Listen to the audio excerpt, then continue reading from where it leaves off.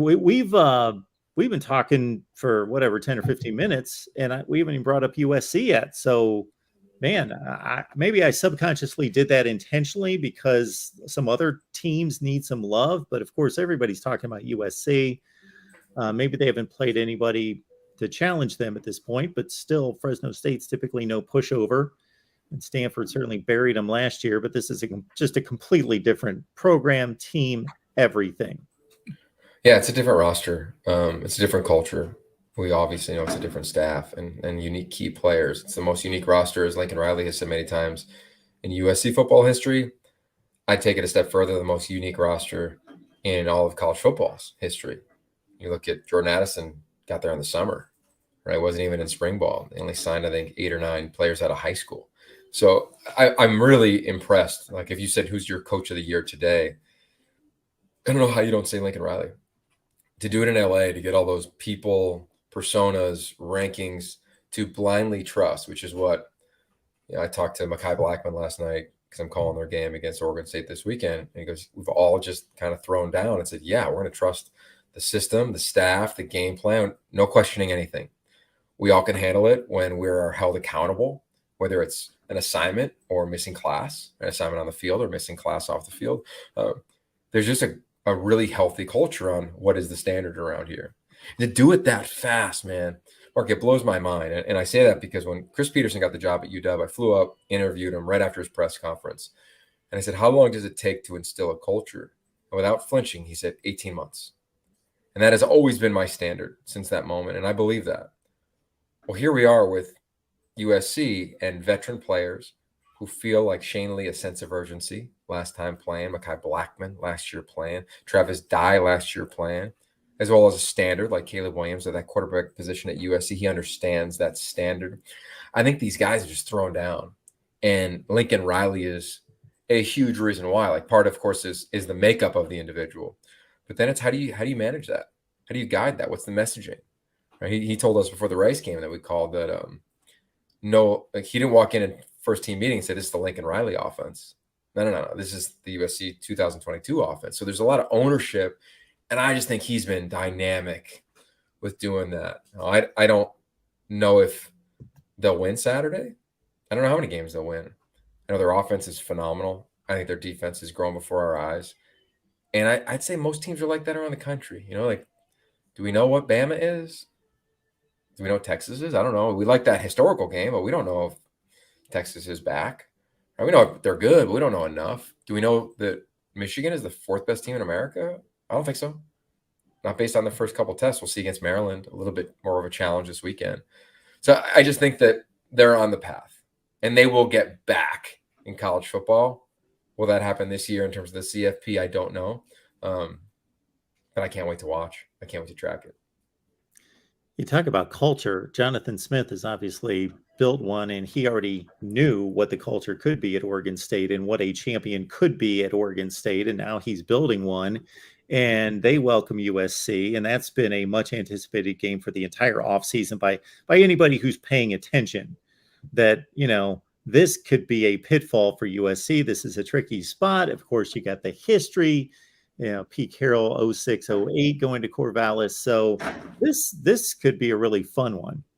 Oh, man, this is awesome. We're going to use this graphic in the game where year one for Jonathan Smith at Oregon State, his team was minus 235 points in scoring differential. So at the end of the game, what's the score? You add them all up at the end of the year, they were minus 235 just to get to even. You look at last year, they were plus 71 at the end of the season. Right now, they're plus 60. So in 5 years, the turnaround, add in a pandemic year, has been dramatic. Winning close games, being on the other side of that, physically winning the line of scrimmage like they have on the offensive front the last couple of years. Totally transitioning a defense under Trent Bray to now a more aggressive style. This program is and should be a top 25 team, but B, a real threat in the Pac-12, a real threat.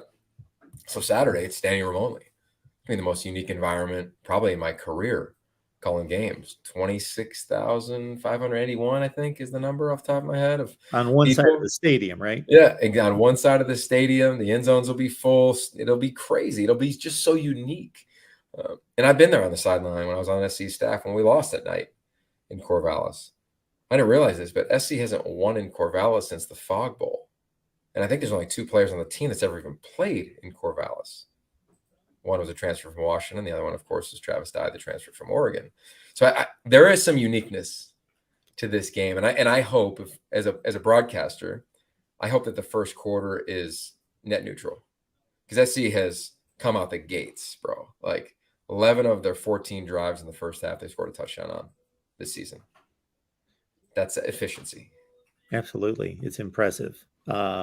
It's impressive, but that's Lincoln Riley, and that's the talent he's brought in. Caleb Williams running the show, and it's even more than just Jordan Addison. Brendan Rice from Colorado. Yeah, great stuff there, Mario Williams.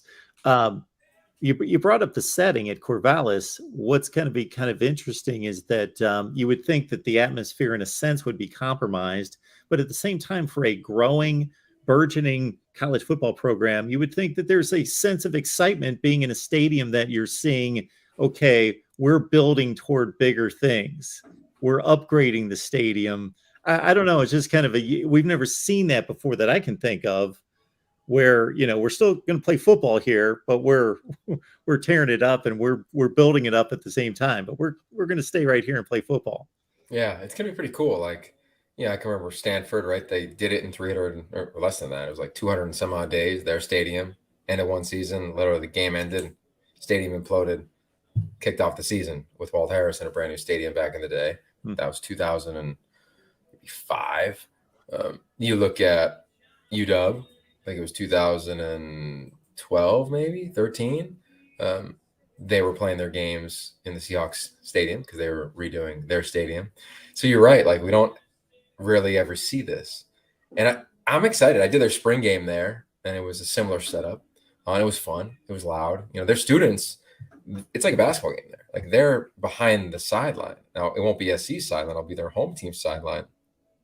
But it'll be loud, and it'll be eerie. Like, again, that's why I say, I hope that the first quarter doesn't get out of hand, because SC can get going, because I want the crowd to be a factor. As a broadcaster, you always cheer for a game to end up close. And I'd love to watch Chance Nolan, who's worked dramatically at his mechanics this offseason, to have a final drive, or to have Caleb Williams have a final drive. I mean, how much fun would that be in Corvallis with the history of these two schools, especially when USC is a top 10 team? No Luke Musgrave, unfortunately, for the game. He's one of the better tight ends in the Pac-12, and their third down back, Lowe, he's going to miss the game as well. Kind of compromises the offense to a certain extent. What do you think Oregon State needs to do to pull off somewhat of an upset?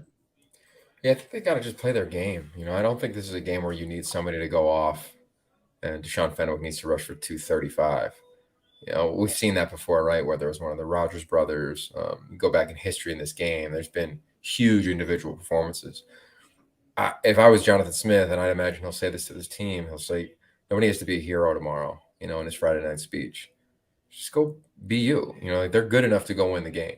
Now, they can't have drops. They've had them in their first 3 games. Deep ball drops, explosive play opportunities. They can't do that. They can convert on those things. Defensively, I look forward to seeing how physical the officials allow this game to be played on the outside. They got 2 NFL corners in Alex Austin and Rajon Wright. They allow them to be really physical down the field. We'll see. So I'm excited for that element, but I don't think the Beavs need to do something crazy. I think they need to eliminate explosives, obviously, and I think early on run the ball to try to eliminate an early possession for SC. If they could put together a 7-8 play drive twice in the first quarter, then SC maybe only touches the ball once. I think if you do that, you're putting yourself on the right path towards a possible upset.